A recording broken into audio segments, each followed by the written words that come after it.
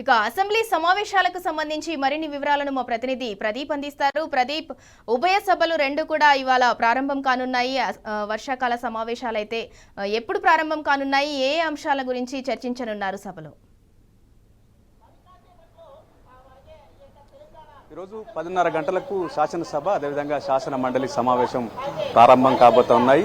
ఇందులో ప్రధానంగా 3 రోజుల పాటు ఈ సమావేశాలు జరిగేటువంటి అవకాశం ఉంది. ప్రధానంగా కాళేశ్వరం ప్రాజెక్టుపై అయితే వేసినటువంటి విచారణ కమిషన్ పీయూష్ గోయల్ ఇచ్చినటువంటి నివేదికను పైన ఈ సమావేశాన్ని నిర్వహించబోతా ఉన్నారు. ఈ సమావేశం ప్రధానంగా ముందుగా ఇటీవల మరణించినటువంటి జూబ్లీహిల్స్ ఎమ్మెల్యే మాగంటి గోపీనాథ్కు ఈరోజు సంతాప తీర్మానం ఉండబోతా ఉంది. ఈ సంతాప తీర్మానం అయిపోయిన తర్వాత బీఏసీ సమావేశం ఉంది. ఈ బీఏసీ సమావేశంలో సభను ఎన్ని రోజులు నిర్వహించాలి, ఏ అంశాలను సభలో చర్చకు తీసుకోవాలనే దానికి సంబంధించి ఒక నిర్ణయం రాబోతా ఉన్నారు. అయితే ప్రధానంగా కాళేశ్వరం ప్రాజెక్టుపై ఇచ్చినటువంటి కమిషన్ ఇచ్చినటువంటి నివేదిక పైన ప్రధానంగా చర్చ ఉండబోతా ఉంది. అటు బీసీ రిజర్వేషన్ల అంశం కూడా ఒక ప్రకటన చేసే అవకాశం ఉంది అంటున్నారు. మరోవైపు డిప్యూటీ స్పీకర్ ఎన్నిక సంబంధించినటువంటి ఎన్నిక కూడా ఉండే అవకాశం ఉంది. అది బీఎస్సీ సమావేశంలో నిర్ణయం జరగబోతుంది అనేది ప్రధానంగా ఉన్నటువంటి అంశం. ప్రధానంగా కాళేశ్వరం ప్రాజెక్టు సంబంధించి గత ప్రభుత్వం అతి తక్కువ కాలంలోనే ప్రాజెక్టు నిర్మించింది. ప్రాజెక్టు నిర్మాణం వల్ల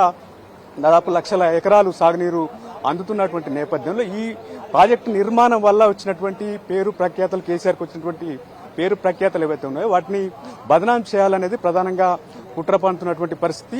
ఇందులో భాగంగా కాంగ్రెస్, బీజేపీ అన్ని ఏకమయ్యాయన్నటువంటి చర్చ కూడా జరుగుతూ ఉంది. ఓవైపు కాళేశ్వరం ప్రాజెక్టు సంబంధించి పవర్ పాయింట్ ప్రజెంటేషన్ కూడా ప్రభుత్వం ఇవ్వబోతా ఉంది. మాకు కూడా పవర్ పాయింట్ ప్రజెంటేషన్ అవకాశం ఇవ్వాలని చెప్పి బీఆర్ఎస్ ఎమ్మెల్యేలు ఇప్పటికే ఒక స్పీకర్కు విజ్ఞప్తి కూడా చేసినటువంటి పరిస్థితి. కాంగ్రెస్ చేస్తున్నటువంటి కుట్రలు ఏవైతే ఉన్నాయో వాటిని తిప్పికొట్టేందుకు బీఆర్ఎస్ కూడా అస్త్రశస్త్రాలతో సిద్దమవుతుందనేది ప్రధానంగా బీఆర్ఎస్ పార్టీ కూడా ఇప్పటికే ప్రిపేర్ అయి ఉన్నది. ఎందుకంటే కాళేశ్వరం ప్రాజెక్టుతో తెలంగాణకు జరిగినటువంటి లాభం ఏంటి, దాన్ని ఏ రకంగా ఏదైతే కాంగ్రెస్ వచ్చిన నాటి నుంచి ప్రధానంగా కుట్రలు చేస్తా ఉంది. ముఖ్యంగా 2 పిల్లర్లు ఏవైతే ఉన్నాయో వాటి కుంగినటువంటి నేపథ్యంలో వాటిని రిపేర్ చేయకుండా ఎన్డీఎస్ఏ కూడా ఒక రిపోర్ట్ ఇచ్చింది.